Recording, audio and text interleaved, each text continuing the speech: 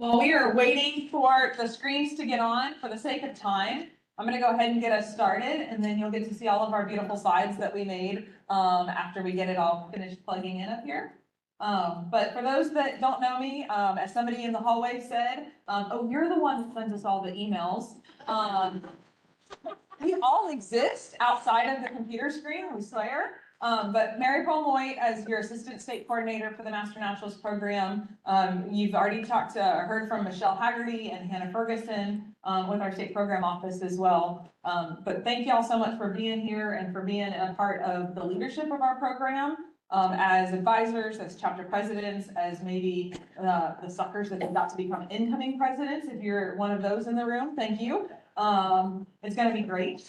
But I get a chance to just talk through, and I'm standing in front of the camera, so I'm going to stand on this side. I get a chance to talk through what we're about to do here this weekend as a gathering of 567 Master Naturalists are coming into College Station. And as a proud Aggie parent now, really excited to be here, get to hang out with all of you guys at my alma mater. And also get to see all the maroon everywhere. So as it says, the countdown is over. We have arrived. Go ahead. We do count down for the annual meeting a full 12 months in advance. So it's a lot of work to get here, but I was making the joke earlier, once we get here, everything just seems to work because it is not hard to find volunteers and folks that are willing to say, how can we help? What can we do? Tell me what I need to get done when we get to a conference like this with y'all wonderful people. But like I said, we have 569 total registrants that have come through, that are going to be coming through here over the next 4 days. Some will be here for the whole experience. Some are just coming in and out for 1 or 2 of the days. Sorry, I had another meeting, but they can wait. We had 121 people register in the first hour, and by the end of day 1 on August 1st, we had 351 people register, which is really exciting. And registration went smooth this year. There was no tech glitches, so a huge thanks for y'all's patience. We have 45 chapters attending, which is 93% of our 48 chapters that we have across the state. And then because we like the numbers, we have 130 different classroom sessions scheduled for the weekend. We did unfortunately lose a couple of speakers over the last couple of days. And so we've sent out those announcements, and the agendas will be updated in the hallways if there's been 1 or 2 of our sessions that have been canceled. We have 25 field sessions. And I need y'all to give a huge shout out to the Brazos Valley chapter, the Gideon-Lincecum chapter, I'm gonna get them all, El Camino Real chapter, and the Heartwood chapter as our local hosts that help to put those field sessions on. Thank them for all of their incredible work on helping to put together this weekend later. Gosh, can you turn that off? Thank you. There was a leadership lunch regular seminar today, but I decided not to go on to it. I'm busy. We have 170 speakers coming in and out. We have 24 sponsors, 20 vendors, 538 photo art and media contest entries. That is a record-breaking number of entries for our contest this year. This evening, we're going to have some students join us. I'll tell you a little bit about that. We'll have 49 different student posters, 13 videos, and 8 project fairs. So by the numbers, this is an incredibly well-attended, well-functioning, very busy weekend for you guys. So keep going. Okay, we do have maps throughout. The hotel has those videos, cards as well, maps. So if you get lost, look for those video maps, but at the ballroom level, where you're at right now, is where we'll have all of our meals. We have silent auction and vendors on this first floor. All classroom sessions, registration desk is all going to be up on the second floor. So you'll be toggling between these 2 floors over the next couple of days.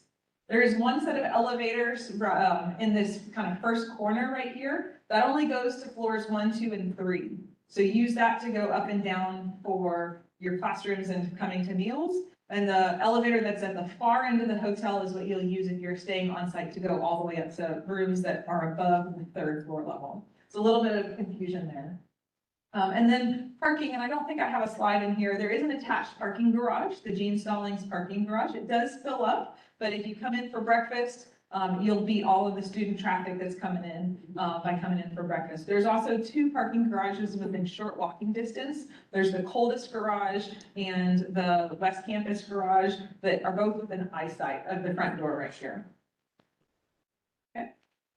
We do have an annual meeting code of conduct. We've gone over this a couple of times, but it's always healthy for us to set a base level of expectations and a base level of how we all are agreeing to cooperate together over the next couple of days. I'm not going to read the whole thing for you there, but we do have it linked on our website and on the app as well. So just know that we're all agreeing to this code of conduct as we attend this weekend's meeting. We also have an app. I have signs for these QR codes. If you don't have it, there's signs upstairs for this, but this is how we will communicate any sort of notifications, any schedule changes. So there's 2 apps that you can use throughout this weekend. The first is the CVent app. That's the one that's on the screen right here. That is agenda, notifications. That's how you get speaker contact information, attendee contact information. If you make a new friend, all of the content piece of the meeting happens on the CVent app.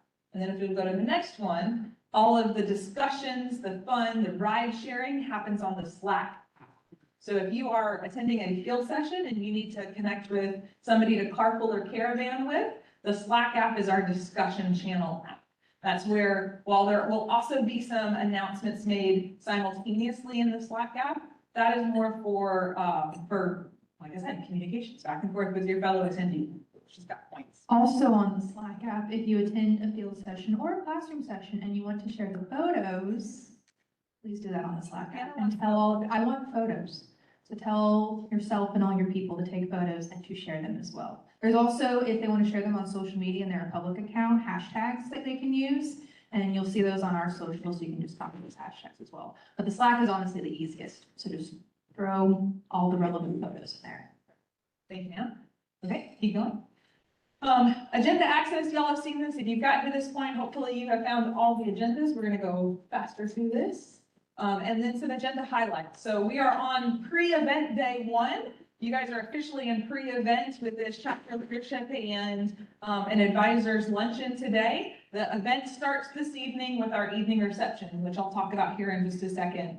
Tomorrow is the first full day of the conference with classroom sessions, field sessions, a keynote presentation at lunch by one of our own A&M students here. And then our very special live TMN Tuesday happening here in this ballroom with 3 of our own master naturalists speaking about their experience in the program. Tomorrow. It's all blurring together at this point already. Saturday is another full day of classroom sessions, field sessions, our awards program tomorrow evening. Not tomorrow evening, it's all going too fast already. Saturday evening is our awards program. We do like to get just a little bit more dressed up, dust that mud off your boots for our awards program Saturday night so we can recognize and celebrate all of the great accomplishments that our Master Naturalists have done over the last year. And then we'll close out Sunday back in this room with our contest awards, photo and art awards, and a final breakfast to share with y'all the 2026 recertification pin, which I don't even know, so I get to find out with y'all together. Directly after this presentation, we'll have in this room the Friends of Texas Master Naturalist Programs. We just want to put a plug in for that group as they'll be sharing some more about what they're working on and some of the opportunities for your chapter to stay involved with that group. Okay, so I've said this twice, but this evening I'm really excited about this unique opportunity that we have with being here on the Texas A&M campus and working alongside the Rangeland Wildlife and Fisheries Department, the Ecology and Conservation Biology Department. We have 49 students coming tonight. Those poster stands that you see in the back, we're going to have posters on research that they've done, experiences that they've had, or conservation issues that they're interested in. And they're going to be presenting those posters to you guys in a contest because we like to be competitive. And students are very competitive when it comes to sharing their passions. And so we'll have a contest where you as the Master Naturalists are the judges. And we'll have QR codes for you guys to help us judge them. And then they have cash prizes that we'll be awarding And for students, $500 is a lot of groceries, a lot of gas money. And so we've got 2 different levels of awards for both our undergraduate students and our graduate students. So a really unique opportunity for y'all to engage with these students as they're getting started in their natural resource and conservation professions. Some more announcements about the meeting. We've talked about this, but our silent auction, if you look out that door right there, is where our silent auction is going to be. Our fantastic Brazos Valley chapter is hosting our silent auction. So if you have items upstairs or in your car still, you'll drop them off with them there. Silent auction bidding will begin tomorrow morning after they get everything set up, and then we'll close Saturday at 6 p.m. 6 p.m. you're coming in here to have dinner anyways. You'll have dinner, and then you'll, after dinner Saturday evening, find out if you have won any of the silent auction items and check out Saturday evening and into Sunday morning. Preference that you check out Saturday night just so that they can be done and enjoy their Sunday as well. So drop off there, check out there as well. Photo art media contest voting is open now. You can check out the voting with those 2 QR codes, one for the photo contest and one for the media contest. Want to give a huge shout out to Christian Lopez, our student worker, who has put this fantastic contest together this year. Good job. Incredibly intuitive system this year, and he did all of the behind the scenes tech, as well as the Brazos Valley. Shayna Parnham is going to be here on Sunday helping us to present those final awards, and the Brazos Valley team of volunteers that help to review each of those photos that come in. Really excited to get to see who the winners are. Just a quick reminder, we forgot to put it on the slide, but the voting is only for attendees. So don't share the QR codes with anyone in your chapter who's not an attendee. And if they are an attendee, we have the QR codes everywhere in the app, all the places, there's posters for and everything. So they can have access to vote, but don't share with anyone else. Also want to say thank you to our sponsors. We have 28 different sponsors sharing in celebrating the annual meeting this year, many of which are chapters. So thank you to each of our chapters who have been sponsors for our annual meeting this year. We also have some fantastic conservation organizations that have been willing to dedicate their resources back into the program through sponsoring this year's annual meeting. And then we have 20 vendors, which is crazy. I think that's the most vendors we've ever had. If not, it's pretty close. Oh, don't forget, we have a meeting you're supposed to be at. I need to turn notifications on. Y'all, if I don't have a notification, I will not remember. So check out our vendors. They're going to be setting up throughout the afternoon and will be open, hopefully some of them tonight and at least all of them tomorrow morning. So excited to see some of these and do a little bit of Christmas shopping as well. And then Swap Shop. Michelle brought a lot more boxes than I was anticipating for Swap Shop. As did some of the San Antonio folks back there. So we have 2 tables set up upstairs for Swap Shop right next to the registration desk. So that is free for y'all to take, peruse, borrow, use for the next couple of years as you need to. There are many different types of items, guides, paper. I didn't even see what was in all of the boxes. So please check out the Swap Shop and please don't make us take it home. We don't want to. And then curriculum bulk orders. If your chapter ordered a curriculum bulk order so that you can pick them up and not pay for shipping, you will go to the Lindsay building here on campus. It is not terribly difficult to find for somebody who lives here. I feel like it's like 2 lefts and a right, and they'll find it. But I am happy to give additional directions, drop a pin if you are still needing to pick up your bulk order. They are open 8 to 5 today. And tomorrow. Yes, today and tomorrow as well. And then pop-up shop. So if you ordered a Master Naturalist shirt, polo, hat in our pop-up store that was open in September, those items are slightly delayed. They've told me that they will be here tomorrow at the latest. So as soon as I have them, we will make an announcement. One of the perks of being in College Station is it's not hard for them to bring them to us directly. So as soon as we have them, we'll put out a notification about that. So if you've got members that are asking about their pop-up shop polos, hats, or shirts that they ordered, they will be here as soon as we can possibly get them here. And then Brazos Valley did these fantastic table decorations. I think that deserves another round. They're beautiful. And they are willing to sell them for any interested buyer, but if you'll leave them on the tables, they will sell them during checkout of the silent auction after 6 o'clock on Saturday evening. And price TBD, they were still working on that. Okay, on all things annual meeting, before we get into the regular chapter president's meeting, any questions about this weekend? I know y'all would have questions. Do you think there will be many more extra items from the pop-up shop if we weren't able to get onto it? I have, 16 plus 3? I have 19 shirts of the Ask Me. I have 19 Ask Me shirts. I can tell you exactly what I have. I have 3 extra larges, 8 mediums, and 8 larges of the Ask Me shirts, and that's all that I have. Great. Yeah. Right. I don't have them.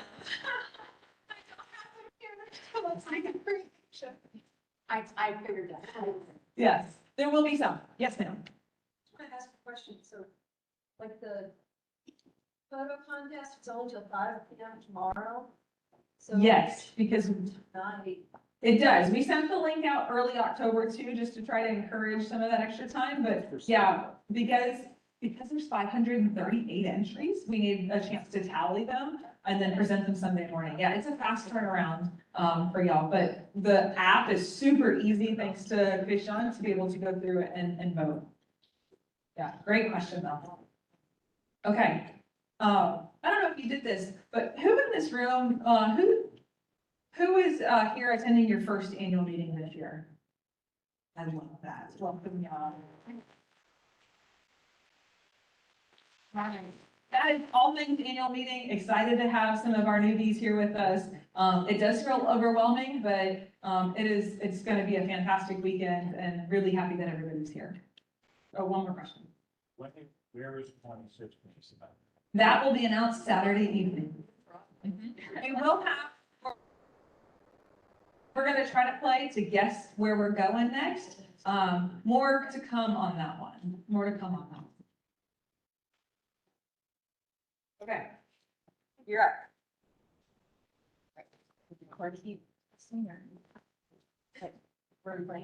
The drink and then Okay, so everybody online? Those online can. They should be good. yeah, they're all there. All right. So we are running,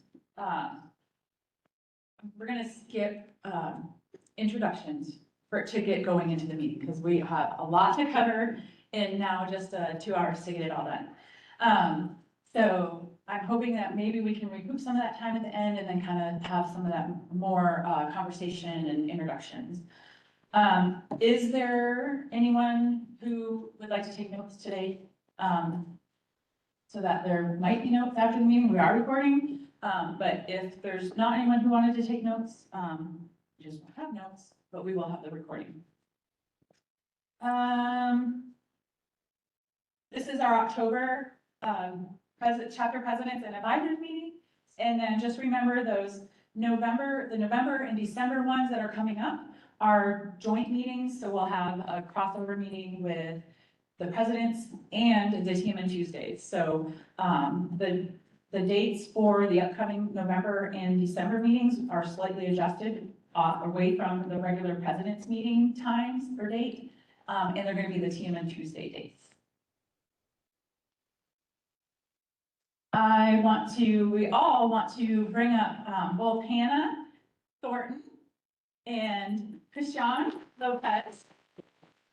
And again, we will thank them till the cows come home.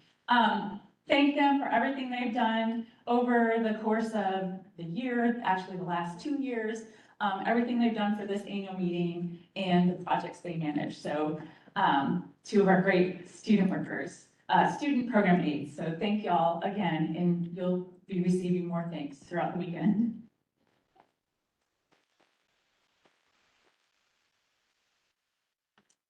Okay, getting ahead a little bit here, thank you to all of you, our chapter leaders, chapter advisors, those of you in the room today. Thank you for everything that you've put into your chapter in this program over the course of the year. We have several things for you today. That one thing, as a thank you for your service over the past year, we have a leather notebook that we will get to you at the end of the meeting. We have some special swap shop items I mentioned kind of earlier as we were getting started. They're limited, so if you're a chapter that came in late and you have an interest in any of those items, just write your name on a piece of paper, your chapter name on a piece of paper. I'll collect that. I've got my grab bag to pull from later on. We'll do that at the end of the meeting. And then, can you just real quick, what are the 2 chapters I'm still needing to pick up over? Gulf Coast and Indian Trail, I have awards, pin orders for you to pick up, so come see us after the meeting if you are here on site.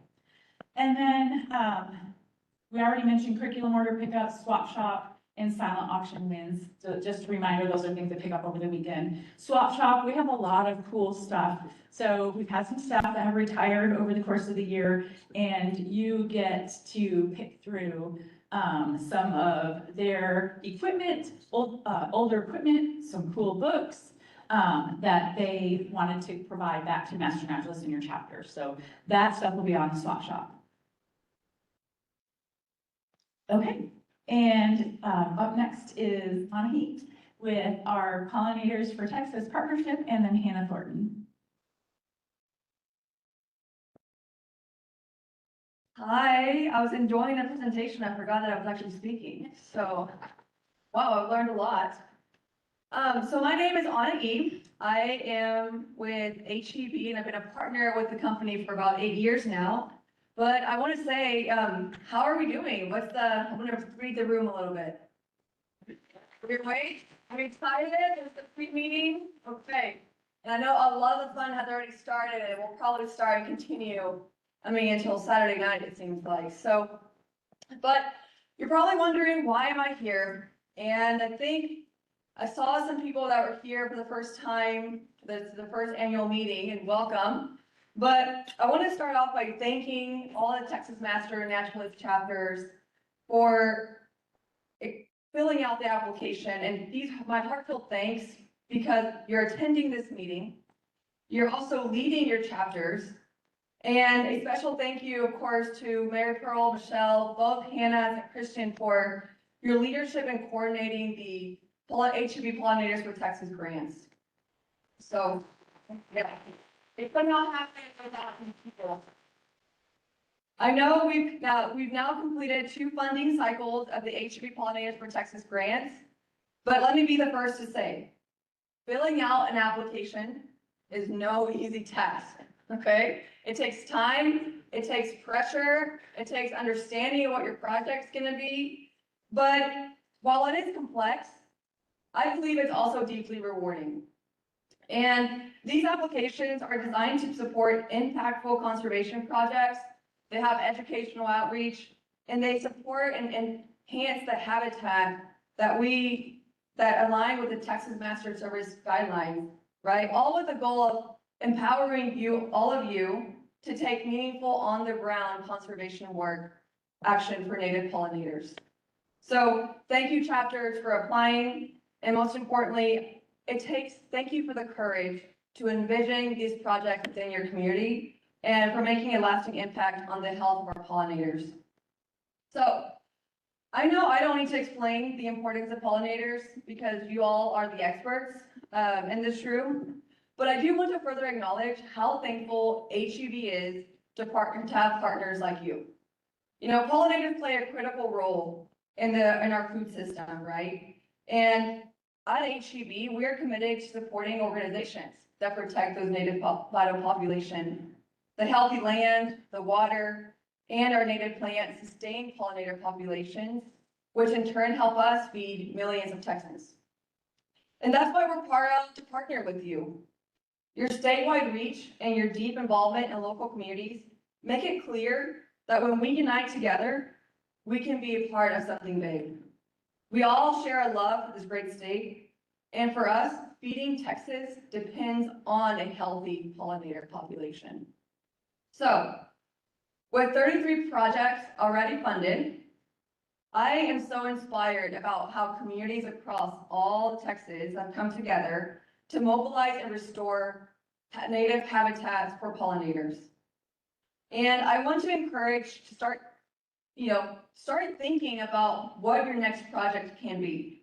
Because the new application, the third round of application is opening in April of 2026, as we'll be continuing to support the program. More information on that later on. But the main purpose that I was here is really, I wanted to meet with every chapter lead and thank you personally from HEB, because the work that you're doing is really protecting our native habitats, which again, our mission is to always help feed all Texans. So with that, I want to invite recognize our 2024 grant awardees. And I'm going to call you out. As I call out your name, Hannah is going to give you a yard sign in recognition of your appreciation. And then we're going to ask you to kind of stand over here on the left, and then we're going to take an amazing group photo. And then we're going to do the same thing for our 2025 chapter awardee winners. So, Alamo area with their Woodlawn Lake Centennial Garden, right here. And give them a round of applause.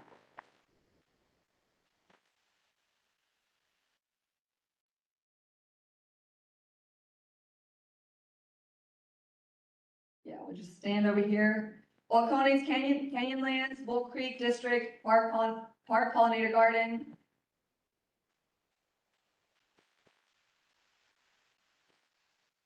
Blackland Prairie, Frisco Monarch View Park.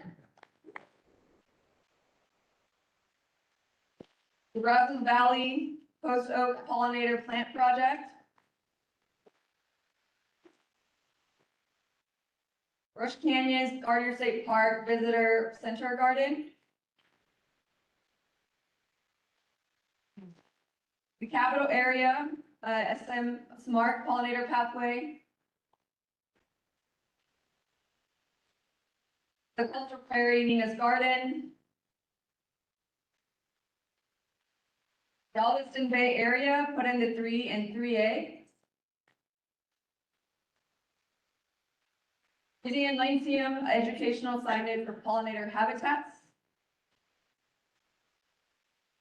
South Country chapter, Kerr County Courthouse Pollinator Garden.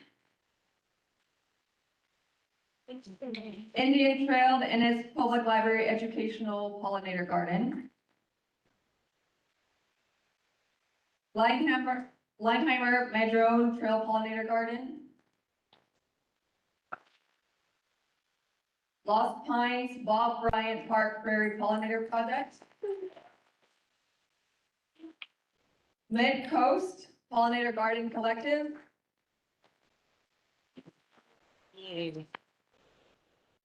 North Texas Tennyson Park Pollinator Garden. The Spiny Tree Pollinator Garden Project.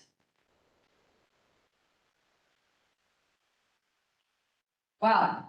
I mean, I hope you all get to spend some time, I think you will be the next 3 days, talking about each other's project and understanding how your project is working and giving feedback to each other and learning from one another. So if I can, I want to take a photo with you all in recognition of HPB, and so we'll make a little group photo, and then I'll come back on stage to announce our 2025 award winners. Do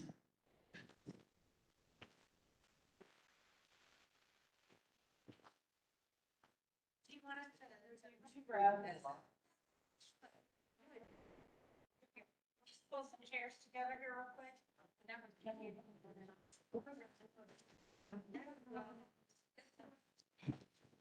Like a resolution already. Let's just get in there. Just move down. Yes. Stand where's our meet you from? Go.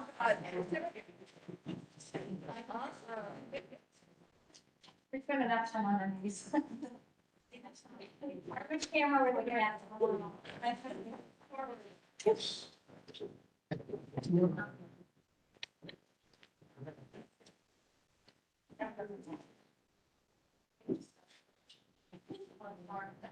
The pollinator.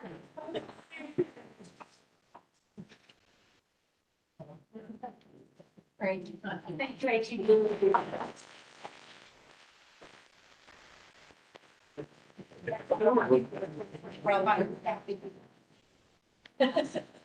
Thank you all. Thank you.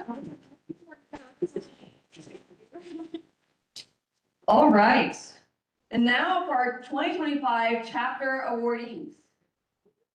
Alamo area, Woodlawn Lake Centennial Garden.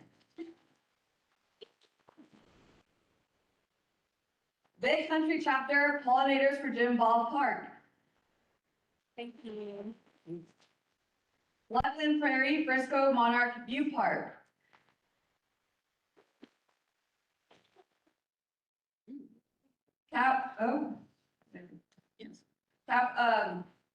Capital Area Chapter, Shield Ranch Campsite Pollinator Garden Expansion. Also Prairies Chapter, the Pollinator Path of Nina's Garden. El Camino Real Chapter, Milan Wellscape. The Elk Park Chapter with True Projects. Green Acres is a place to be, and Lantana Petals and Pathways.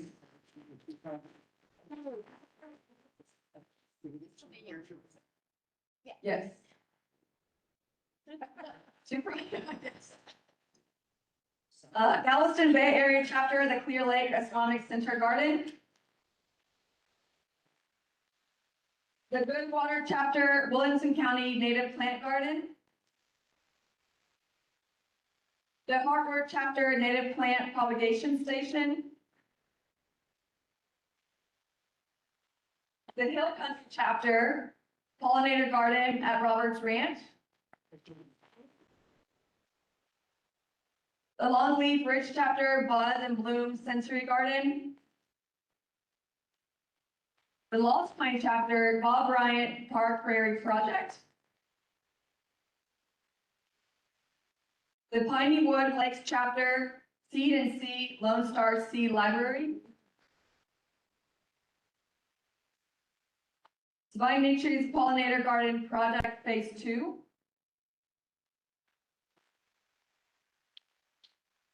And then South Texas Border Chapter, the BL Gray Tiny Forest Project.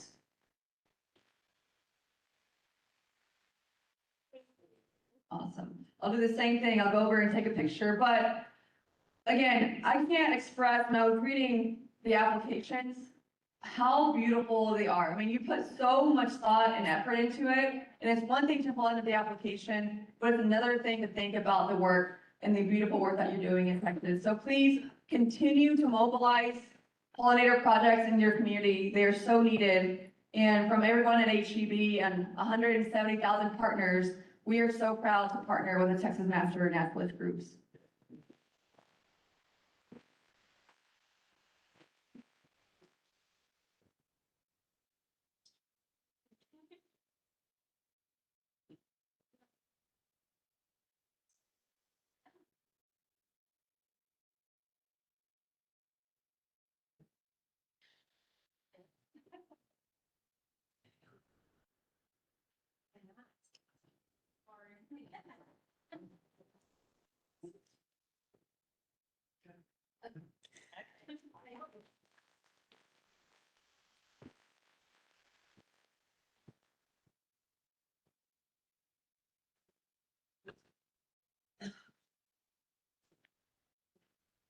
We have mistakes for them. Yes. So there are stakes that go with those. We'll get those to you after the meeting. So they're here in this room. So don't leave without getting a stake to go with each of your signs. Yes, Vanna White, thank you. Next item, we want to talk about is our Texas Master Naturalist Program, the Conservation Wrangler Project, the strategic planning project that we have going on with the Conservation Wrangler Project. Again, this is a project we'll be working on at the state office level over the next 12 to 18 months. We're actually a few months into that project already. You can learn more about the Conservation Wrangler we've been talking about this for the last couple of months, few months, so the links here on the screen if you wanted to learn more. There's more information on our website too.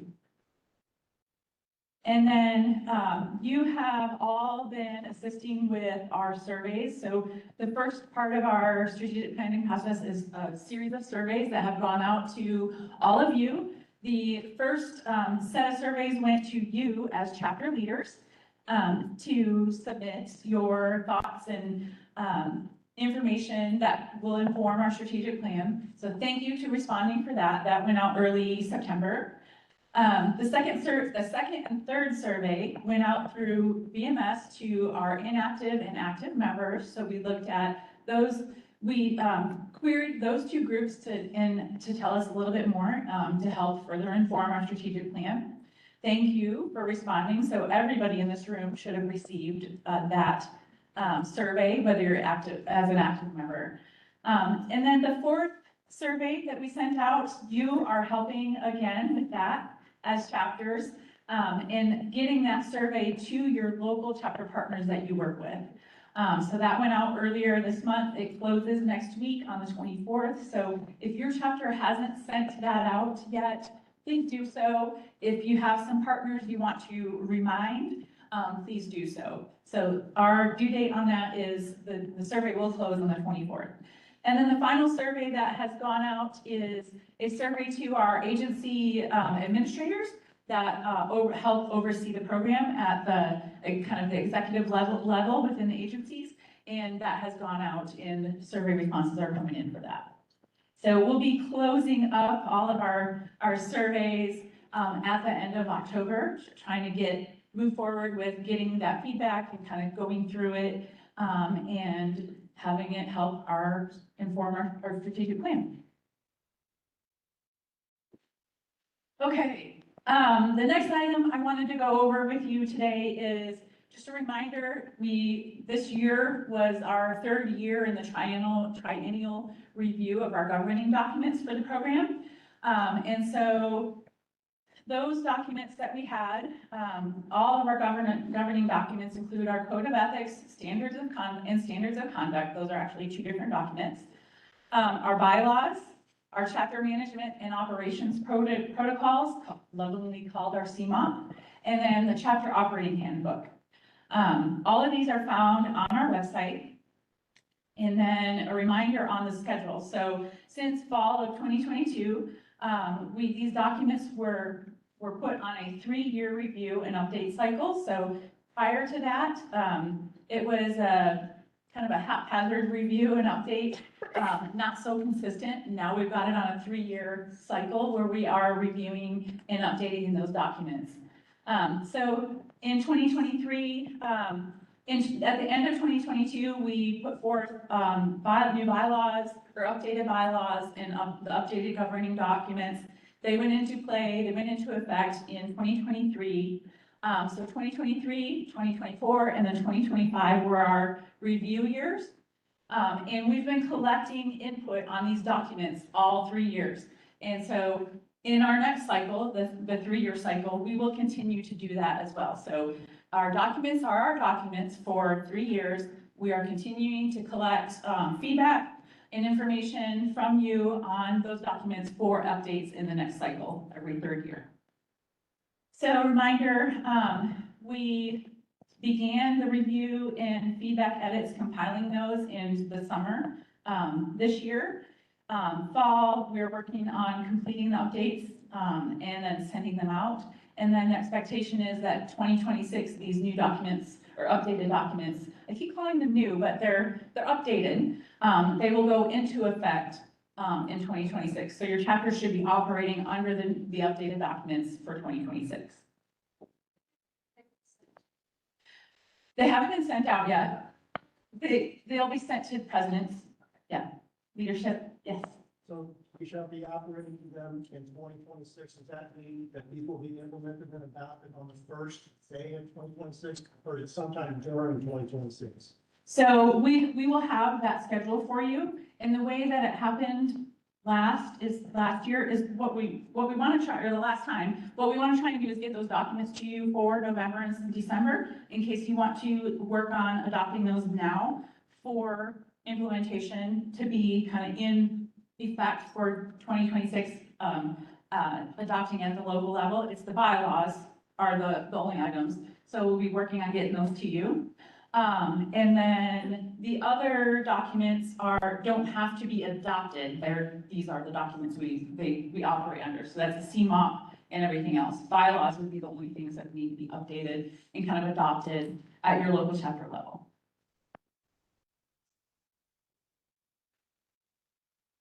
Okay, I mentioned the review cycle that we were under for the past 3 years. This is the review cycle going forward. Again, the documents will remain on a 3-year review and update cycle. Comments and feedbacks will remain being collected through the website, at that form on the website. Our first year will be 2026, and then 2026 to 2028 is the 3-year operation that those documents will be effective. And then summer 2028, we'll do the same process again. Compile the review and feedback, present documents in the fall, send them out, and then 2029, those new updated documents would go into effect. Michelle, when should we expect the updated documents that will be? So, hold on, I think let's talk about some of the next slide. So we've been making edits and kind of, even as a team, we're working on it again last night. And so I have some of the things to show you. After this meeting, we'll get those out to you. I'll go through what some of the major edits are, or what I call bigger edits. In my opinion, there's not major edits. There's updates, but let's go to that next slide. So to kind of give you a whole overview of what the changes are or updates are, there's some numbered items have been reordered.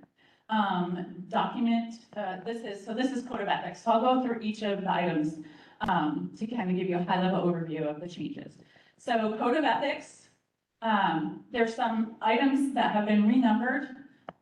The document went from 13 numbered items to 15 numbered items. There's a new number 2. That number 2 includes abide by federal, state sponsoring agencies and local laws during program involvement. And then there's a new number 15. And that new number 15 is have a commitment to safety at all times. And then items number 8, 11, and 12 received added words for clarification. And the words in red are the edits there. You can check these. Can you share that you're gonna also share a red line document? Yes. So what we'll be sharing is when we get these out to you, we'll be sharing a red line document so you can see what the changes are, just like I'm kind of sharing those screenshots of those items with you here. And then we'll share the clean document as well. And then let me move this. I know you can't see stuff.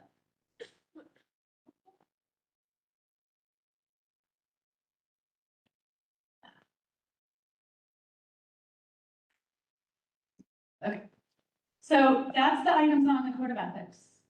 The next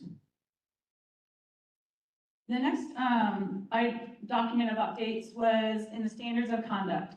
At a high level, the document moved from 14 numbered items to 17 items, and the items were reordered some. The old number 10 was split into 3 items.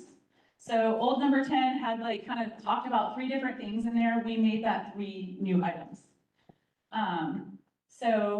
And then the 3 items, it's now the new 6, 12, and 13.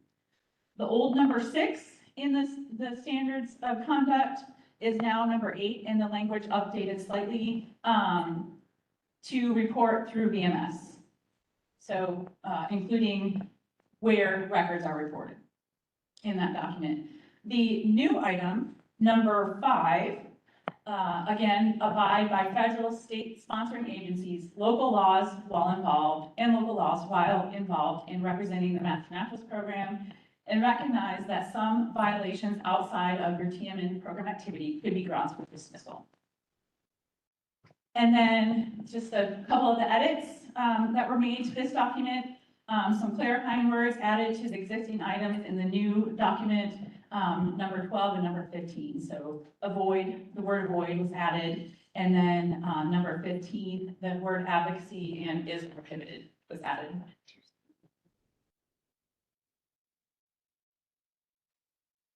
Okay, bylaws updates. To give you an overview of at the high level, the updates do not change the way we've been operating.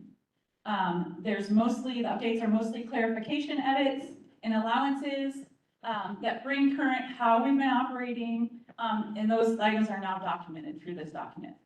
There's several single word or phrase additions or clarifications sprinkled throughout the document. If I had to classify what the bigger edits are, Article 4, membership categories. And I'm sorry, this slide was not updated. There is not a new category of membership. We changed that to be, there's a new C, a new item C that talks about membership categories that are not addressed by the 3 membership categories that we have. Other bigger edits, Article 5, where we talk about officers and board members and elections, specifically elections.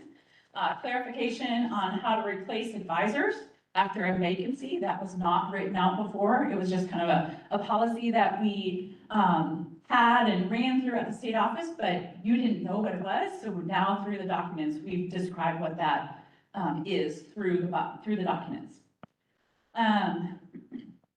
And then we've also clarified the advisors' votes count when there are multiple advisors. Advisors' vote count when, hold on, trying to read it. When, glasses on my head would help. So some chapters have multiple advisors from one agency or the other. So there was confusion on what how they should vote on the board as multiple advisors. So we clarified that when there are multiple advisors from a given agency, their collective vote counts as one. So they together count as one vote.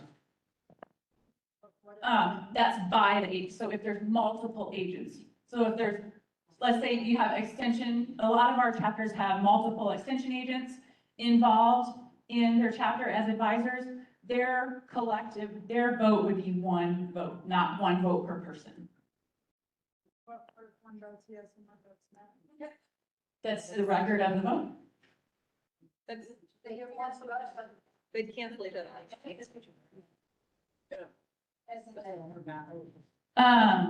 But this is, they're a board member, so this is when you're voting on stuff with the board. So it's not just ever gonna be one or the other.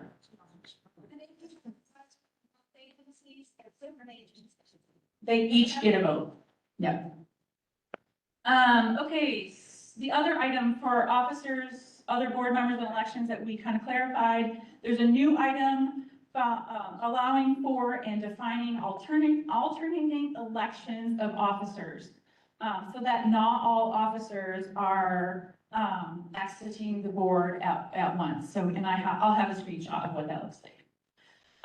Bigger edit, Article 6, Board of Directors and Executive Committee. And this one talks about specifically MOAs, MOUs, and contracts. The general action, the notice, each of these I'll have screenshots for. So I'm giving you kind of the overview of the document first, and then I'll go into screenshots of the changes. Another item we had was for general actions and notices. When we talk about board meetings, emergency board meetings, and then I can't remember the other one, but I have a screenshot. We changed it from 1 day to 1 business day, so it makes some clarification of business day in there. Article 9, financial controls, we talk about in the signature authority. We address questions of multiple signatures needed for checks on when checks of $1,000 or more are needed, or payments of $1,000 or more are needed. And then Article 10, adoption and amendment of bylaws. The updates reflect, the past and current operating procedure. So moving into those screenshots of each of those items. I talked about the membership. Article 4, membership. These, the changes that we made to the membership, part of this document is so that we can align this document with our CMOP and our VMS language. So all the documents kind of talk the same language now. And then we did not add a new membership category. We just clarified what happens, like how the other kind of categories of member that are not voting members categorized that, or the classification. And then we're telling you what documents will tell you more about those.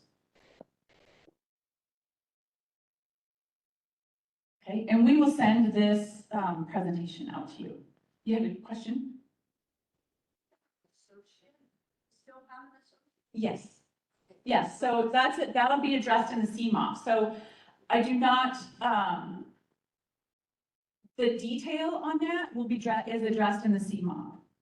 Okay, so in the CMOP, that's where the biggest changes are, the updates are.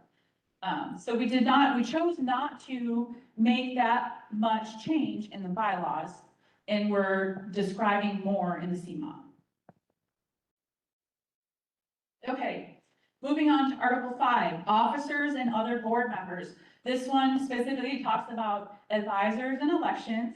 We gave clarification on how to replace an advisor after a vacancy and how advisors' votes count when there are multiple that represent one agency or another.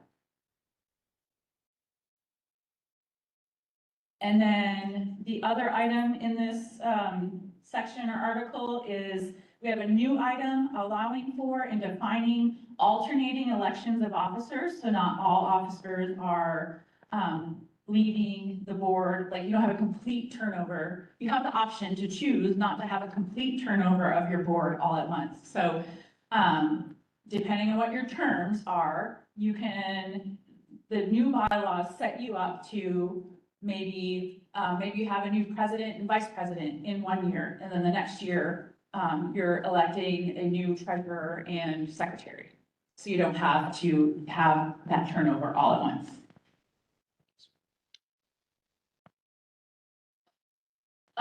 Okay, moving on to Article 5, Board of Directors and Executive Committee, where we talk about authority and MOAs, MOUs, and contracts.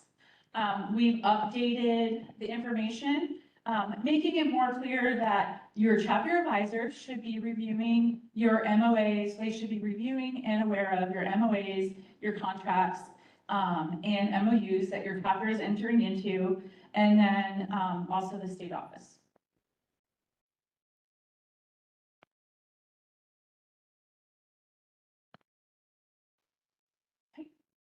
Moving on to general actions and authorities. So I talked about, we changed where things said 1 day in the bylaws, we're updating that to 1 business day. And here are the 2 sections, or kind of 2 areas where that was mentioned. One was in the Executive Committee, Article 6B, Executive Committee and Authority. We added the 1 business day there. And then the other article was Article 7, meetings, board action without a meeting, and the voting, we added the 1 business day there. So, super simple update there. Okay, moving on, Article 9, financial controls and signature authority. One of the feedback items we received here, excuse me, I'm going to get some water. One of the feedback items we received here was there's not much these days that, there's a lot that's $1,000 or over these days. And so chapters previously chapters had to get signature, double signature authority, 2 signatures on checks for $1,000 or more. And so, and that was turning out to be a lot, for them. And so we updated this to be, any unbudgeted amount of $1,000 or more. So the key is, if your chapter isn't already doing an annual budget, and you should be, if you're not doing it now, you need to do it. And one thing, it's gonna help here, but you should just be having a budget anyways. Like, it's part of our chapter operating handbook, it's part of having an organization. So. Okay, and moving on, this one was the bigger, let's see. Article 10, adoption and amendment of bylaws. This one just clarifies the revision, amendment, and adoption process that we've been following. And that wasn't totally defined in the last document. We had defined it more in the how to adopt document. And so we've got it more in here now.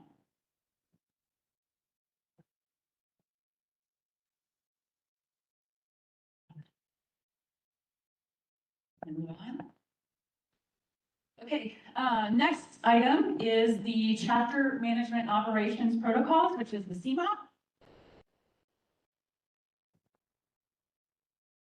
To give you an overview at a high level of this document as a whole, the updates do not change the way we've been operating overall. Mostly clarification, edits, and program policies documented where they were not previously documented. Single word or phrase additions for clarification and conciseness are sprinkled throughout. Links, wherever there was links, we've got those updated throughout the document. Clarifies approval needed for use of trademarked TMN logos and title, and our title in various areas. And then throughout, it provides further guidance on working with your advisors for additional review and consultation on some items. The bigger areas of edits, probably the biggest area is membership, and then training and certifying volunteers. So I put that, the bigger areas of edits are our program, obviously. So membership, training and certifying volunteers, advanced training, and then volunteer service are the areas of where our edits are. And then chapter donations. And then I will detail each of those sections in the next few slides. So moving on to the membership. So really there's no edit until we get to the membership section. There are some edits, but like we've updated the dates and things like that. They're pretty mundane.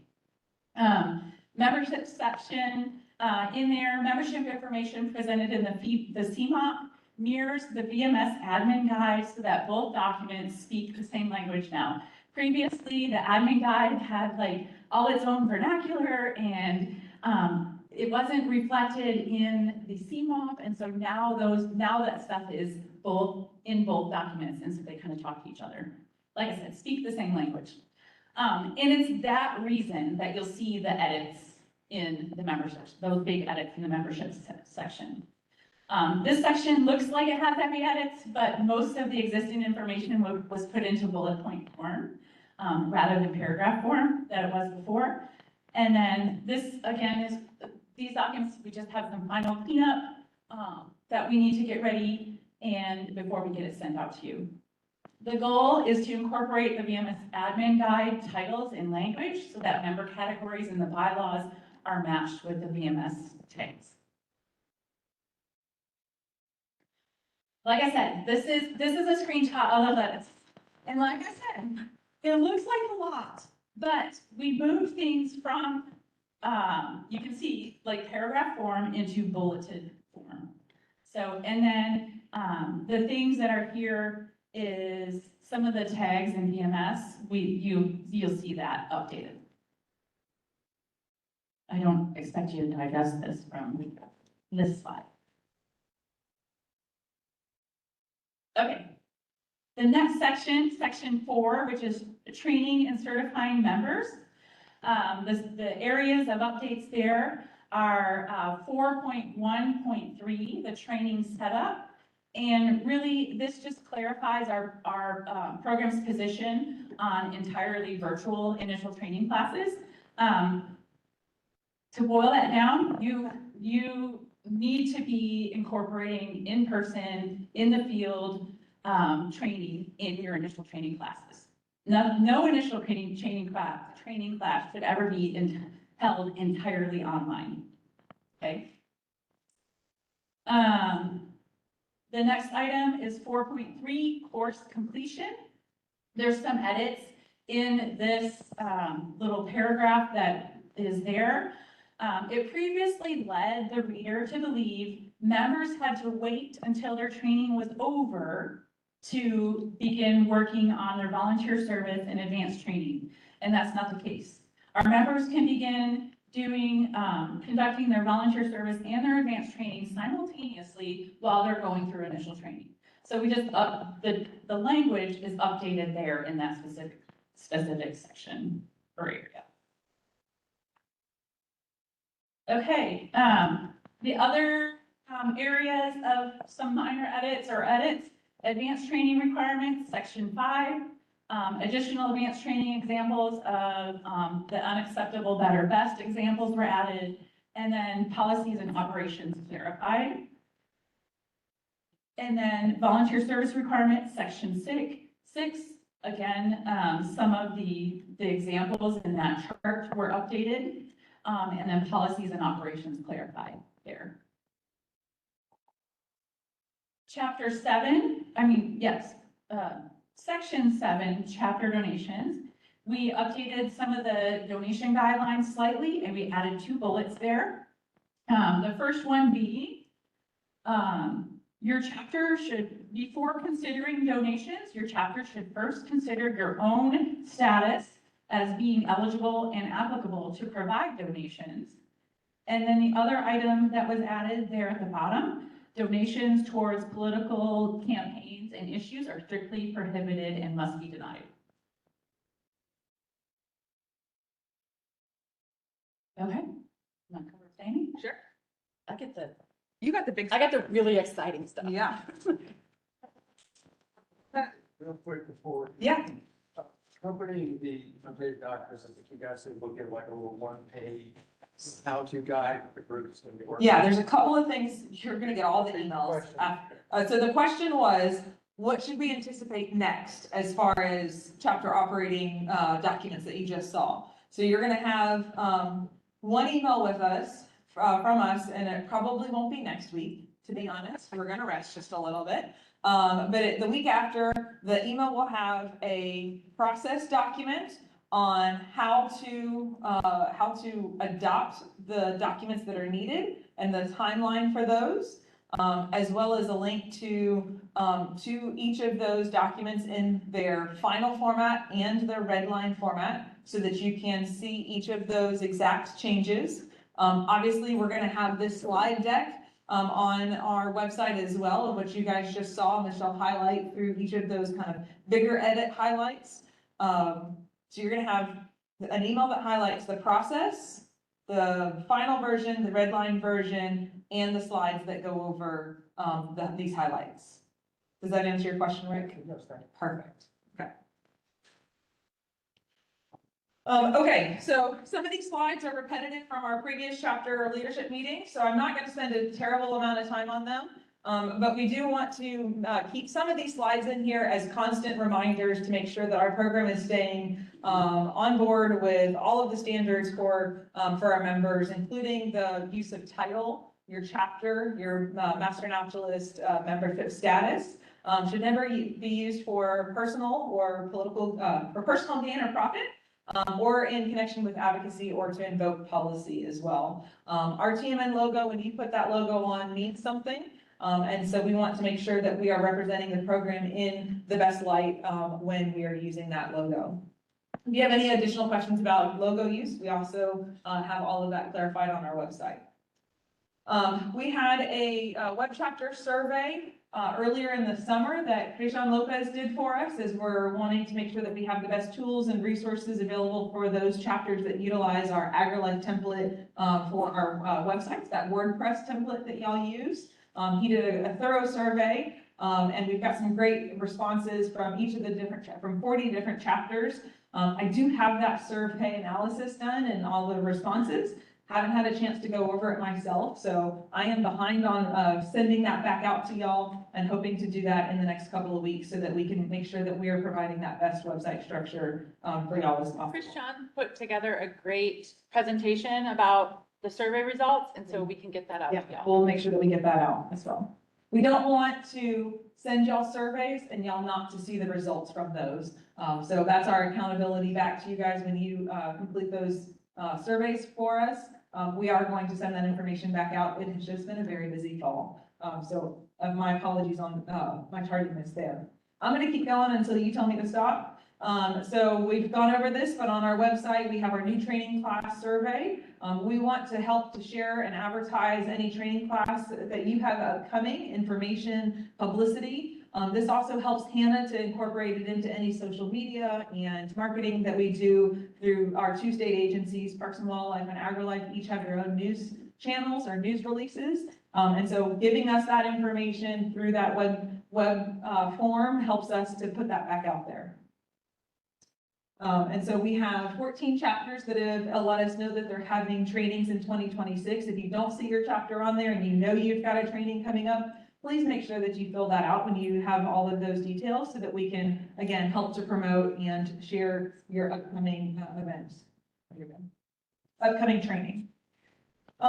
This has been a really busy year, not only for us at the state office with all the different projects that we have going, but also with y'all and some of the incredible anniversary celebrations that we've had this year. And really have enjoyed getting to watch how each of the chapters have decided to celebrate their anniversary, having gotten to attend some of the anniversary celebrations or see some of the products that have come out. So really a huge congratulations to all of the chapters that have celebrated an anniversary this year or still celebrating. I know there's a few more parties that are happening in November. So congrats to each of y'all. And it doesn't slow down. So we have another set of incredible milestones happening for our chapters next year. So for those chapters that see your name on the screen there, you've got an anniversary coming up, if not next year, in the next couple of years, as our program will be turning 30. And we've got our Alamo area chapter celebrating their 30th anniversary in 2027. So big milestones on the horizon for our chapters and for the program in general.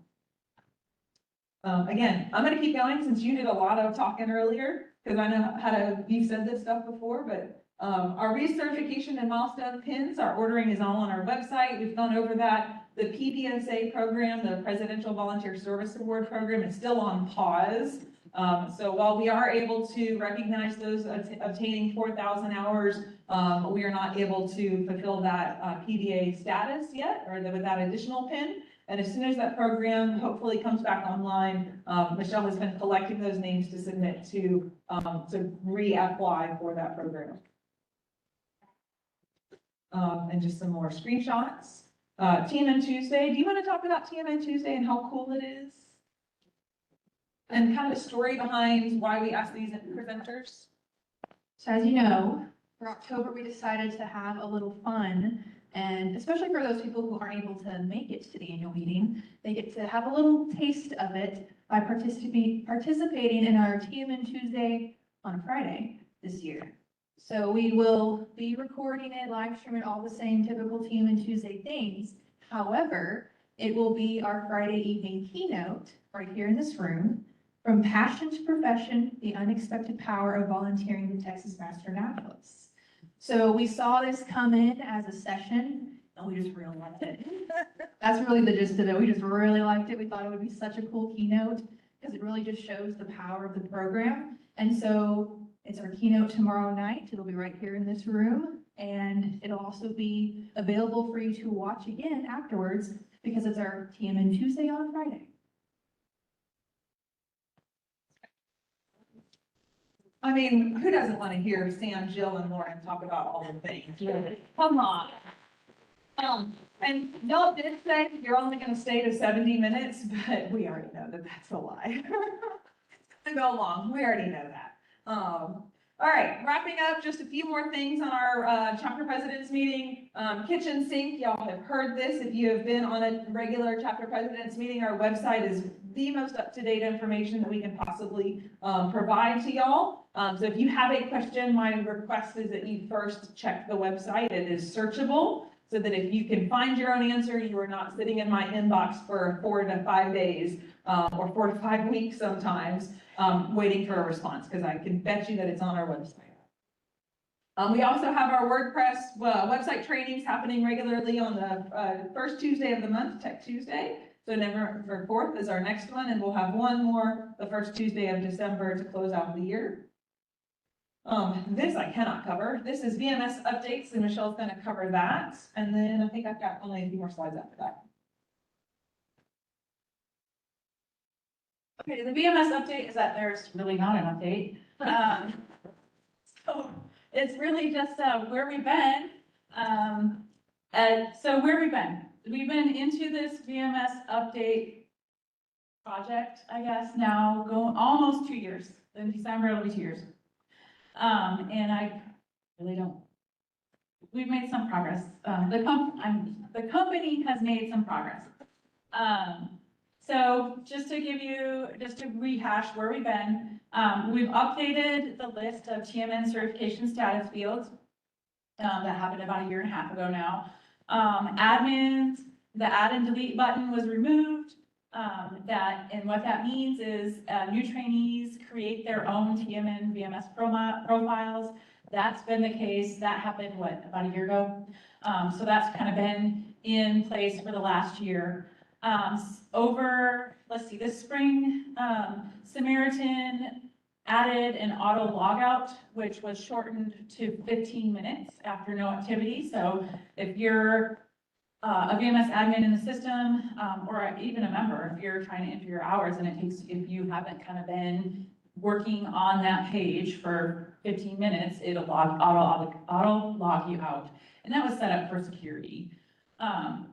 The other item, TMN roles, were so on the back end, and what we're going through with the VMS upgrade is we're going through a consolidation. So right now, the Texas Parks and Wildlife side of things has one account. Our Master Naturalist program has another account. They're both the same system, but they're just kind of operating on 2 instances. And so what Samaritan and the agency want to do is merge those 2 accounts because, one, it'll be more cost effective. Well, that's the main thing. It'll be more cost effective. And then I guess the other one is that all other volunteer programs in Parks and Wildlife, and then our Master Naturalist program, the operations in VMS will be the same. So kind of conforming to that process. And so with that process, what's been happening on the back end, the Master Naturalist roles were created and ready for a move and consolidation. Then they were recreated and ready for a move and consolidation. And we're, again, right now waiting on that move and consolidation again. So I think the first time it happened, within the company, there were something in our account was not done right. So some of our roles weren't working when we tested them on the back end as a team. And so I had to go back to the drawing board and kind of start over on that part of the process. So now we're working through testing the roles again. And then we're waiting on the move and consolidation once again. The other items that have kind of happened this spring, some additional security features have been added. A multi-factor authentication was set up for VMS admins logging into the e-coordinator side of the system.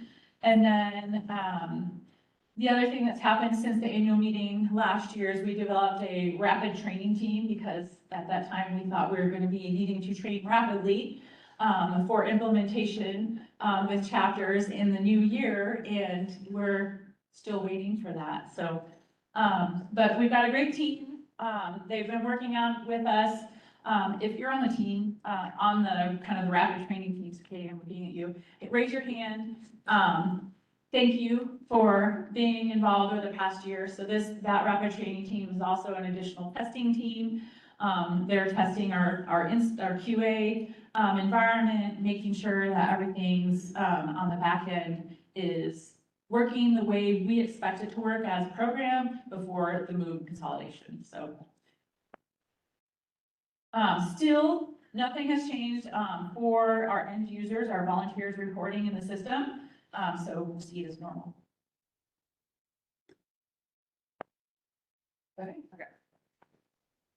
I think I can wrap the last couple slides up. AgriLife Learn Store, so we still have some items available on our website at the AgriLife Learn Store. Our license plate, I have updated this slide with the most up-to-date information on our Q3 sales. As promised, we want to hold that accountability for y'all sharing our personalized and our non-personalized master naturalist license plates. So we have 858 plates that are out there, and I have seen quite a few of them in the parking garage. Do not be surprised if I go take a picture of the back of your car one time this weekend, because I love seeing it all over the place. This is from last year, so I am updating this before tomorrow, hopefully, with some of the plates that are in the parking garage. Our Master Naturalist Endowment, I was hoping to be able to introduce Natalie Kovar. She is our new development director for the Master Naturalist Endowment. She had a last minute appointment this afternoon to be able to come. We're hoping that she's going to be able to come around tomorrow sometime so that y'all can meet her if you're interested in learning more about our Master Naturalist Endowment. That is growing as a snowball will grow in the Texas A&M Foundation. I also want to give a huge thanks to those chapters and those individuals that have been donors and making donations to the endowment over the last year. Really, it kicked off with the chapter challenge that the Heartwood chapter put out there. I don't have the final tally of which chapters have given. I know Lost Pines did. I know Gideon Lincecum did. I'm going to miss half of y'all that did off the top of my head. I think Alamo did, and a few others. Y'all are shaking your heads. That rose up to the chapter challenge that Heartwood started for us. So as soon as I have that final tally, I will absolutely be shouting it from the mountaintops for y'all. I really appreciate that. I did have a few names, but it doesn't have the chapters on it. That was my problem. So I didn't have the chapter names. So I need to go back and pull the report with the chapter names. So thank y'all for helping to support the Master Naturalist Endowments. Okay. Last couple of things. I hope this is the last couple of things because it is really cold in here. And I'm up here sweating, but it is really cold in here already. We have a season of thanks project that we're going to be launching in the next couple of weeks. So this is our third year of hosting a season of thanks. We want to be able to share our thanks to you as volunteers, but also the thanks from our partners and the work that you guys do out there as volunteers in our conservation organization partnership. And so be looking for an email from Hannah as she's starting that season of thanks campaign this next couple of weeks. End of the year succession planning. We actually hadn't talked about this one, but this is coming up sooner rather than later. If you are a president that is new, that is incoming, if you are sitting in the hot seat getting ready for 2026, would you raise your hand? Yeah, well, sacrifices. Well, I did. Thank y'all so much for stepping up into these roles. Really appreciate it. I know your current chapter presidents really appreciate you taking on that challenge. And so a huge thank you to those outgoing chapter presidents and those current chapter presidents for 2025. Working through this fantastic year, and thank you to those incoming chapter presidents, those that are either new or sustaining that role in 2026. There are some operations that will happen between now and the end of the year for your succession as you are moving into elections periods. Many of our chapters are hosting their final chapter membership meeting with their elections in the next couple of months, weeks. There's a process to that. There's information in our bylaws on how to operate that. Obviously, you would be following the 2023 bylaws because those are the ones that we are currently operating under. And then some other things to think about as you're looking towards the end of the year and the start of next year is chapter retreats are wildly successful for leadership planning for that transition period, or for that new board to come together and to think about what their next year is going to look like, their goals, their hopes for that next year, their budget, as Michelle was talking about, for the next year. There's also some buttons that need to be pushed on VMS to make sure that you have your next chapter leadership team updated on VMS. Please make sure that you do that as early in December when you've got those final names as possible, because that will be the list that we in the state office pull to send emails to. Now, we know that y'all are going to stay good friends with the past president, and so he or she is going to forward those emails on to you because they don't want them in their inbox anymore. But if you do that, you will get yourself off the list and the new person on the list. So please make sure that your VMS admin is working on making those buttons click where they need to be clicked. And then our incoming chapter presidents are welcome to join our December TMN Tuesday, which is a crossover with the chapter presidents meeting as well. So some more on board retreats. I don't want to belabor a point, but board retreats are incredibly successful tools for making those plans for budgets, for how your chapter is going to operate over the year, maybe some big projects that you're going to try to accomplish, things that you have in mind to bring your chapter together. Maybe your goal this year is chapter member retention, and you want to look at some ways to identify that. Or you want to recruit a new diverse training pool for your new training class, and that's your goal for the year. So think of ways that you can host a chapter leadership retreat over the winter months in December, January, and even into February to set the pace for the upcoming year. And if that's not your responsibility, it's somebody else's, make sure that they know that to plan a chapter leadership retreat. Oh, advisors, thank you for the big bullet, because I always forget about that. Also update your advisors in VMS so that we can make sure that we have them on the email list. Not like they need more emails in their inbox, but we want to make sure that they're aware of our monthly chapter presidents and advisors meetings as well. If you are new in the room and you're going, oh my gosh, what did I sign myself up for? I have all these meetings and emails that they're going to send me. Our chapter monthly meetings, our monthly chapter presidents and advisors meetings, it's a mouthful, are once a month. We keep to a strict 1 hour. This is our long meeting of the year, but we do keep to a strict 1 hour. They are recorded. We have the slides shared within the next day. Sometimes there's notes if we have a willing volunteer be our volunteer note taker. So we try to make sure that it is not taking up additional time that you are already giving back into the chapter in the program, but it's a resource for us to share statewide updates, answer questions when we have time, and be able to open that line of communication with y'all.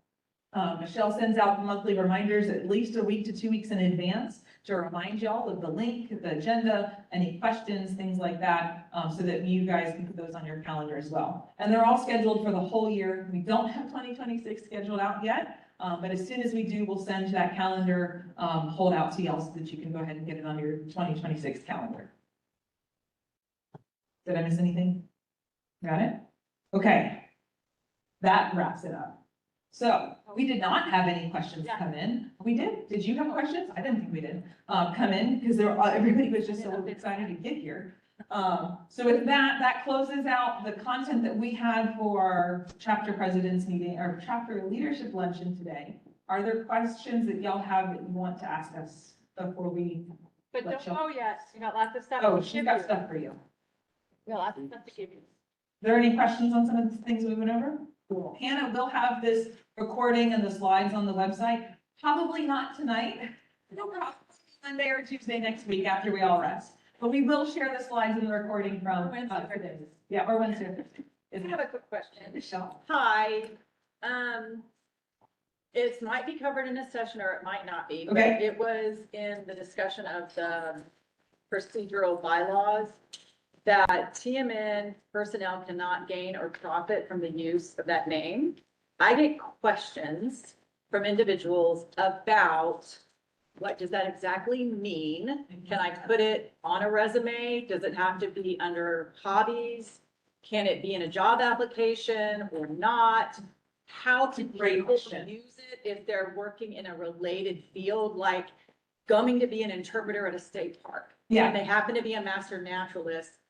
How can they use that name appropriately that is in the spirit of that So regulation? perfect question. So Michelle's question up here from South Texas chapter, she asked, how can you use your title as a Texas Master Naturalist on your resume when wanting to share that your experience may be applying into your work that you're doing in the conservation field? So I have actually in my resume, I have a volunteer service tag so I have a professional service tag and then I have a volunteer service tag, and any of the volunteer service organizations that I'm a member of, I put in that volunteer service tag there. So it is showing that I am engaged in more than just my professional societies or my professional employment. Right. I'm a part of membership societies or professional societies. That's all listed in that volunteer service tag. Okay. Yeah, great. That's where we recommend. That helps. I mean, indirectly, it might benefit you with getting a job, but it's not like. So I'll say, I just hired a new, employee and, I had like 50 to 60 applications. A majority of them were, certified master naturalists. So, yeah, we're seeing that in our positions a lot. Okay, good. Thank you. Another question? Yeah, just a quick question about the strategic planning. I want to know if I get a copy of the input we put in from our chapter, the president's. Yeah, absolutely. Good. I put it back. Good suggestions, but the questions are very good. And I'd like to have that as a reference. Absolutely. So our goal, I think this is on, our goal all along was to, with her question was about our Conservation Wrangler strategic plan survey that we sent out to y'all in early September, late August, was, can you get a copy of your personal answers? Absolutely. Email me, maybe give me another week or two, and I'll send you your personal response.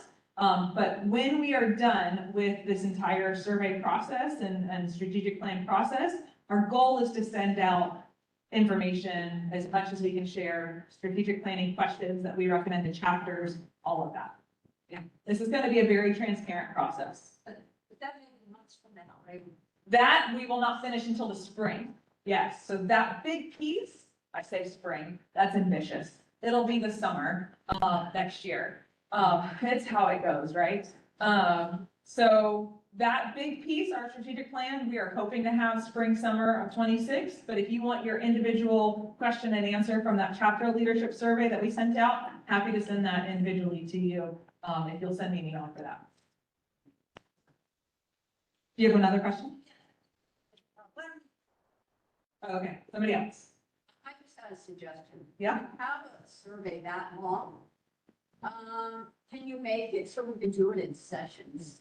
Like, Great idea. So well, I it lost it. You lost it, was less. we learned a lot of we learned a lot about SurveyMonkey as a tool in the process. And we started with the hardest survey first. Why did we do that? Not the short little 10-question survey. Why did we start with the 40-question survey first?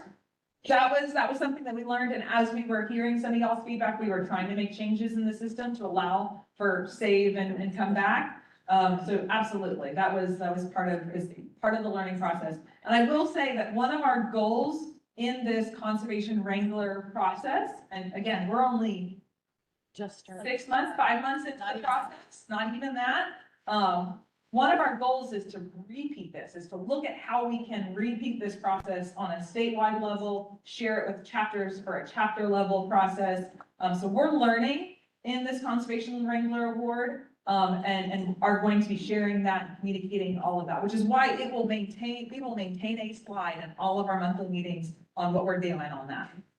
Just a suggestion, Google Forms has that. We did a survey for our membership and retention, we had 36 questions, Yeah, and Google Forms Google allows Forms. you to come and back. great to know. Yeah. So one of the things I want to just reiterate, I don't know if you mentioned it, with this Conservation Wrangler project,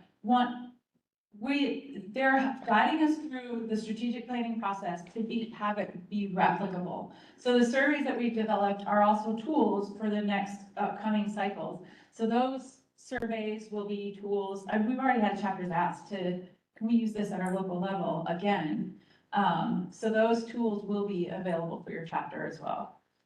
In addition to the results, and then, all of that will be kind of pulled together. We are being guided through the process by text and by nature. And we'll have an overview of what the results are, as soon as all that's kind of done. We're still in the collection phase of that. And then kind of analysis and feedback comes after that. Carolyn, you had a question? This is a personal problem. I am not a therapist, I'm not a therapist hours, unless you want to pay The therapist. survey to send out to work with, I think I lost it in all the other emails. Yeah. Is it possible for you? 100%, yep. Because I've asked a couple of. You're gonna have to remind next week, Mary Pearl, and she'll get that email to you, yeah. Yeah, so Carolyn's Yeah, question so was, that one came from Hannah. oh yeah, So the partner survey came from Hannah. So I will look in my, I will look. if you need to search by name for email, like search Hannah's name. I got it, I just sure I lost it somewhere in the process. I do plan to send y'all a reminder. I just forgot to send a reminder because all the annual meeting stuff happened. So, but a reminder will come again posting. any other questions, yes, ma'am? It's more of an idea based on the conversation we just had on surveys. Mhm. Our chapter just created a internal communication survey for our members, which we had to start from scratch. So I'm wondering if we could have a day. Like a survey bank, A survey question bank, yeah, Here's the title, here's what we asked. yeah. Especially those that were successful and that were Mhm. not what you wanted from the survey. I think that's a great idea. I think we can absolutely do that and have a resource page on our website that has kind of how our chapters have engaged with, connecting with their members and then engaging with specific questions and kind of example wording, absolutely. That's actually what I have. You stole her idea. No, I think, I'm just thinking, I don't know what's the platform or the format? If we want to ask other chapters, what's the best practice, the good practice? Is it the president's meeting that we? So that's a really good question, and I struggle with this, and I think we all do as a team. One of the things that we as a program are not going to do is we are not going to send a chapter president's email address list out. We will not. We don't even do it to our partners. Because I don't want an email, I don't want y'all getting emails as chapter presidents in bulk from other folks. It all needs to filter through us. So that is our personal security of your contact, of our contact lists. So her question was, how do I, as a chapter president, reach out to other chapter presidents to ask the questions? So our goal is to have our discussions during these monthly meetings. We get a little verbose and there's not always a lot of time at the end of the chapter presidents meetings. But if you send us those questions ahead, we will put them, Michelle will put them on the agenda and we'll put them in that round table at the end. That's what this slide will usually hosts, is that opportunity to have some of that. Now, if you've got a very specific question of, do you know a chapter that has recently hosted a 20th anniversary celebration and what does it look like? I'm going to connect you with Lost Pines because they just had a really cool one. And we in the state office can try to connect some of those questions with individual chapters. But like I said, we're not going to send you a whole list to do email blasts out. Usually the discussion that happens is discussion that everybody wants to hear. So we try to cover that through the president's meetings. So every message I send out about the president's meetings, it has, send us what your questions are to be talked about at the meeting. We don't get a lot of those all the time, so please send those questions in. So what I've noticed on some of the individual websites, for the chapters, some have very clear information, others don't. So. Yeah, and that information will be in that website survey that Christian pulled together that we can get out. I think that we're gonna do that for some security that came out with some of the security for email addresses posted on websites. There was an instance where Spam numbers. our chapter always gets invited to this in another chapter's territory, and I wanted to send, just, reach out, say, hey, you know, we've invited you in here, just let me know if you have a problem, that, well, something changed, and I couldn't find it on our website, so. Yeah, I would also say, another great tool is meet your neighbors, your neighboring chapters, to make sure that you're staying in touch with them because they're serving some of those same communities and folks as well. Yeah, it is a challenge of wanting to have big group discussions, but we also have 48 chapters, and also wanting to have that personal security for contact lists at the same time. Just add that we had a neighboring chapter summit, which was leadership from our Sal's Alamo area and our neighboring chapter, and then a few like that. It's excellent, and I think that maybe is the start. There's a couple regions that do that. So I know North Texas, you have like the 10 chapters that get together and meet regionally. Y'all have done it, so those have been, Or this meeting today too. Yeah. Okay. Any other questions? Yeah. Just doesn't have to be answered here, but throughout Rio Grande's chapter, we're wanting to know how other chapters are handling getting members to be active volunteers and getting those volunteers to be leaders. We have vacant positions or folks take on leadership for a year and then they're like, life happens, can't do it anymore. So we're wanting to fill out committees under our directorships so that that director doesn't have to do 20 jobs, but we can't get folks to be the leader. People want to do the activity, but they don't want to do this organizing. So we're looking for ideas. I think about general, so the question was, are there suggestions, help, resources, discussions for how to engage members into leadership positions, director positions within the chapter, and what has worked successfully? Now, you heard the chuckles in the room. Yeah. I think that's a common issue. So I think my challenge back to y'all is to sit with somebody that you don't, sit with another chapter tonight at dinner or at breakfast tomorrow and use these opportunities to ask those other chapter So- presidents. and if you're a chapter, you have some thoughts on that, raise your hand so that y'all can connect. We're strong on those. Extortion. Personal and- Yep. I like what we're doing here. Please, would you consider doing X, Y, Z? Every time. Yep. Say, we need you to do this. Yeah. So they feel, guilted in. Find them at a chapter meeting, if we don't have a board, we don't have a chapter. Yeah. And, I start about 3 or 4 months ahead of time, reminding people, hey, we're looking for positions, these are the positions. You never get anybody to come up and talk to you unless you do the invitation, the individual invitation. But at least they realize that, hey, you don't have a chapter without a room. And always be looking, like, as your new trainees are coming in, always be looking, like, you can recognize the leadership abilities in people. So always be looking, engage those people in being the class rep to the board. And kind of that's been the proving grounds, in the past, like, that's how we've that's why that chapter or the new class or what is it? Class representative is part of the board, is that's kind of a training ground, hopefully, to bring those people up into leadership positions of the board. Another thing I've heard a lot of chapters say in the past is shadowing helps a lot. Because part of it is the fear of not knowing what they're getting into. And obviously, sometimes that might scare them a little bit, so maybe have them shadow on a slow day or something. But that's a good way to let them kind of know what they're getting into, so it doesn't seem quite so daunting. And then also I've heard a lot of people say they.